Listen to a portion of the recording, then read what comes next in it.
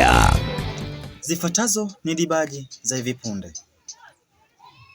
Wakazi wa Mikindani kulalamikia ukosefu wa maji jijini humo. Baadhi ya wakazi wa Mikindani kupigana kwa ukosefu wa maji. Mateja kutaka kuchotewa maji kwa haraka, hivyo basi kugharamia hata kupigana. Na zifuatazo ni habari zetu fupi.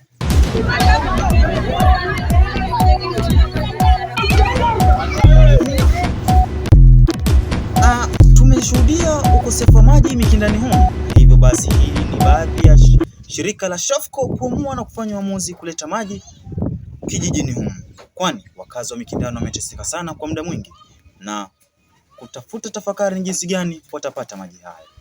Hivyo basi kampuni ya Shofco kuleta gari yao moja ya maji na wakazi wa Mikindani kujaziwa maji. Lakini haikutosha tu, kuna baadhi ya wakazi wa Mikindani wakataka kupigana kwa ajili ya kuchotewa maji haraka, na kama mnavyoona hali yenyewe.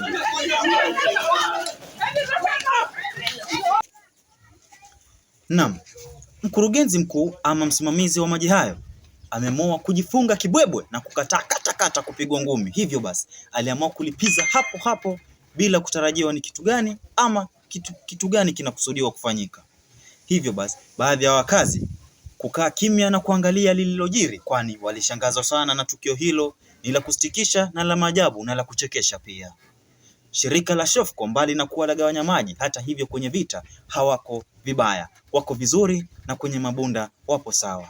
Wakazi wa Mikindani baada ya kuwa na majonzi ya ukosefu wa maji, lakini baada ya tukio hilo wote walijawa na furaha hambwe, kwani ni tukio ambalo lilijaza furaha, na hata mimi mwenyewe mkurugenzi wenu nimecheka sana. Shukran. Ni mwanahabari wenu aka Zimbwe Zombea, Umbea Citizen TV. Karibu.